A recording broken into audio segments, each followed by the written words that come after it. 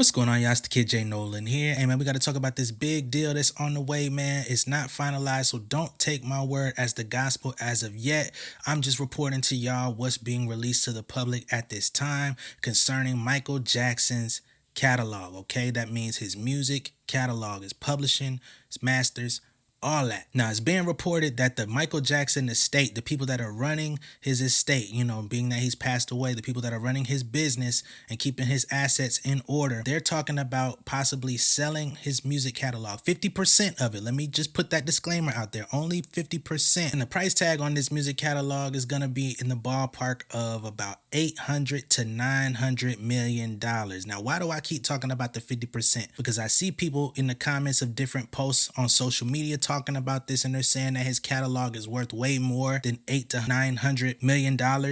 And you're absolutely right. It is, because they're only selling 50%, which means that if they were to sell 100% of it, they could possibly get close to $2 billion. But that's not what they're trying to do. And this sale would entitle whoever ends up buying it to 50% of Michael Jackson's publishing, masters, streaming revenues, the money that comes in from Michael, the Broadway show. They have an upcoming Michael Jackson biopic that's going to be released sometime soon in the near future. So they're going to entitle themselves to 50% of all of the revenue that's generated from these different projects. Being that this deal has not been closed, if it does go through, this would be the biggest sale in music catalog history. He has a crazy catalog. I mean, when you start really going down the rabbit hole of the projects that he released during his lifetime, how massive those projects were, how massive his tours were, how massive of a star he was on an international level. And I think that's why a lot of people get so defensive when they hear about the estate selling. But you got to understand that this is a business move. Not only did Michael Jackson spend a hell of a lot of money during his lifetime, they spent a lot of time after he passed away trying to get his assets to break even on what he spent during his lifetime. They're also trying to get into the green.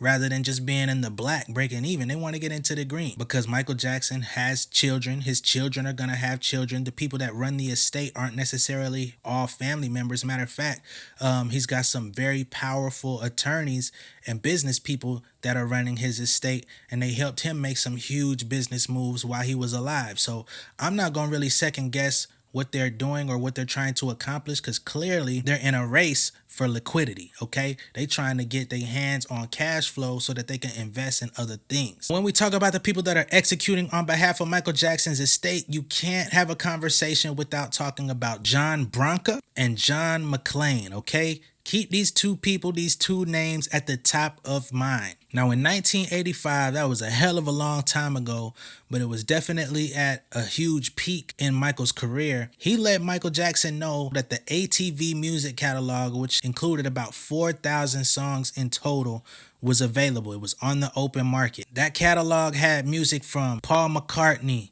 Cher, Bruce Springsteen, Elvis, Little Richard, the Rolling Stones, and it continues to go on. And he bought this catalog of music from ATV for about $47.5 million, which, when you think about all of those artists, how much they've accumulated over the range of their careers, this was a big steal. But he was advised by John Branca to pull this off. Now, 10 years later, in 1995, Sony Music came into the picture, and they decided that they wanted to get back in business with the ATV catalog. So they made an offer to Michael Jackson just for half. They wanted 50% of the company. They gave him $100 million in order to join ATV and Sony, which created Sony ATV Publishing. For all my artists and songwriters out there, if you've been working in the game, I'm sure you've come across Sony ATV in some capacity. They're now called Sony Music Publishing. They changed the name from Sony ATV about a year ago during the pandemic. Same company. So boom, he paid $47.5 million to get in the game. They paid him $100 million back. So he made 2x the amount of money to get in business with them, which allowed him to have a 50% stake in not only the ATV catalog, but all of Sony, right? Boom. So he got paid that upfront fee, and he was making money off of the publishing that's generated off the catalog. Now, another 10 years passed in 2006. Michael Jackson, like I said, had a pretty bad spending habit. So he was about $270 million in debt. This guy had a whole amusement park in his backyard, so you can only imagine the type of money he was spending for his lifestyle. Out of that 50% ownership that he had in Sony ATV, he sold half of it. He got to sell 25, he got to keep 25. And for that margin, Sony paid him around the ballpark of $250 million. So all of this money that he's coming into contact with is not really benefiting him because he's shelling it out so much, you know what I'm saying? And being that he was $270 million in debt, that 250 really just kind of got him closer to breaking even, which is sadly the story of his career and his life. You know what I mean? He was rich, but he wasn't as rich as he could have been because of his reckless spending habits. After Michael Jackson passed away in 2009, John Branca, this name keeps coming up, right? The attorney that was advising him to get in the music publishing game from the beginning, he had Mike's best interests at heart. Plus, he was making his own bread off of it because he's the attorney that's kind of pulling the plugs and the strings on the deal. So him and John McClain came together, and they've been running the Michael Jackson estate since 2009.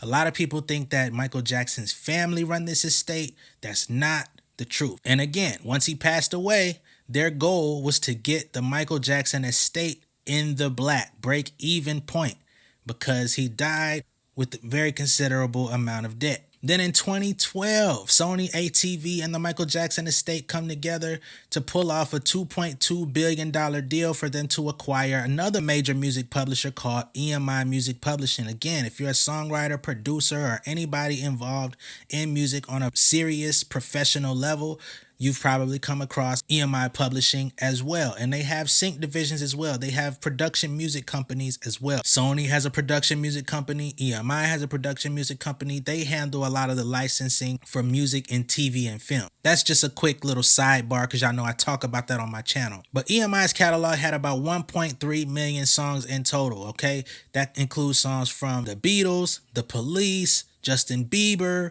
One Direction, the Beach Boys. Like, a lot of iconic music was also in that EMI catalog. Then in March of 2016, Sony came to the table with another $750 million to offer to the Michael Jackson estate, which is John Branca and John McClain, to buy out the remaining percentage of the company so that they can go back and run it themselves without having to confide in, consult with, or handle business deals with the consideration of the Michael Jackson estate, right? So they paid them $750 million, which leads us to now, okay? John Branca, John McClain, the Michael Jackson estate, they're in the market to sell off 50% of the stake in Michael Jackson's music assets in around the range of $800 to $900 million. Now, the big question for me is not so much about the sale, because I think that's a very considerable amount of money. What are they planning to do? This has been the question for me when it comes to all of these different catalogs selling, and we've seen a major influx in catalog acquisitions over the course of the last 2 to 3 years, maybe even 4 years under the radar. But what are these people gaining liquidity for? What are these people trying to cash out for? You know what I'm saying? Is this stake in other companies? Are they trying to invest in blockchain technology, crypto? Is that the next frontier that they're trying to get into when they want to have enough money to get into the game and make mistakes and win big? Are they interested in gobbling up a bunch of real estate and flipping homes or commercial real estate? I don't know what their big plan is, you know what I'm saying? But I'm definitely trying to learn. I would love the opportunity, man. You just don't understand how big of an opportunity it would be for me to sit down and have a conversation on YouTube with somebody who's either played a hand or a major role in the acquisition of one of these catalogs, or if I could even get to a songwriter, singer, artist, producer, somebody who's sold their catalog on a smaller level. Maybe it wasn't a multi-million-dollar deal. Maybe they sold their catalog for $500,000 and flipped it and created a new catalog and had the ability to do that. I need to talk to somebody that understands what the intentions are, what the thought process is. Of course, money is money, but we're also talking about parting ways with your life's work. I am understanding that your name is always going to live on it. You're always going to be a part of it. And the money is the big thing. You know what I mean? There is definitely a good takeaway when you can get 700, 500, 300, even $30 million all at one time, rather than trying to wait 20 to 30 years of your life to maybe get it and then have to play the fluctuating game of music royalties, because one year to the next probably never looks the same. You know what I mean? You might get 20 million one year off royalties. The next you might get 5. The next year you might hit 1 if you get real slow. Then the next year you might hit another 20. You know what I mean? But it's an inconsistent game that you're playing, and you kind of got to sustain yourself for the highs, the lows, the ups and downs, the valleys and peaks, which we all have to do in real life as business owners, as entrepreneurs, as working people 9 to 5. You know what I mean? You might get some extra hours this month, you know what I mean, if you're not working on salary, or you might get a bonus here, you might get a raise. All of these types of things, we all have to worry about the fluctuating consistency of our salary. Plus, we also have to account for the fact of inflation, prices going up, cost of living going up, but salaries not massively changing with the cost of living. All of these things are things that adults have to worry about forever. So I can never be mad at somebody making a business decision that's going to help long term. But again, I just want to understand what the thought process is for people in this position, because until we do, we're on the outside looking and speculating. And I would love to get to the bottom of this. Over the course of the past month or two, I've probably talked about 5 or 6 different artists and entities that sold either their full catalog or a large percentage of their catalog. Doesn't look like this is going to die down anytime soon. So please, make sure that you stay here and rock with me and get more information, man. I promise I am dedicating time and effort into getting to the bottom of this, man. Be sure to like and share this video. Comment down below if you think this is a great move, or if you don't. If this is your first time seeing me on YouTube, go ahead and hit that subscribe button. Hit the post notification bell for all updates, and I will see you guys on the next one. And if you're an indie artist, producer, songwriter, manager, visit realjnolan.com. Check out my book, The Pen Game Portfolio Volume 2, and it's going to give you a lot of information on how to properly monetize your music, from offering music-based services. I give you outlets that I've used in order to do that.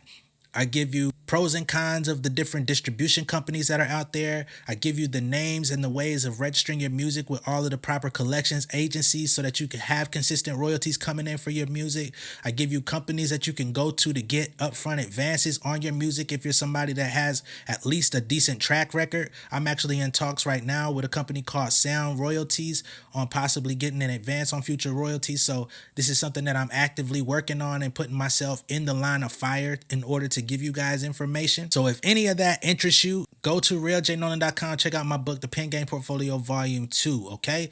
How to get your music in TV and film. Yeah, The Pen Game Portfolio Volume 2 got you covered. All right, much love and respect. I'll see y'all later. Peace. Got my legal hustle, welcome to the trap. I could blow a stack, bet I make it back. You can hit my line if you need a track, but we can't even talk if it ain't about the bag. Got my legal hustle, welcome to the trap. I could blow a stack, bet I make it back. You can hit my line if you need a track, but we can't even talk if it ain't about the bag.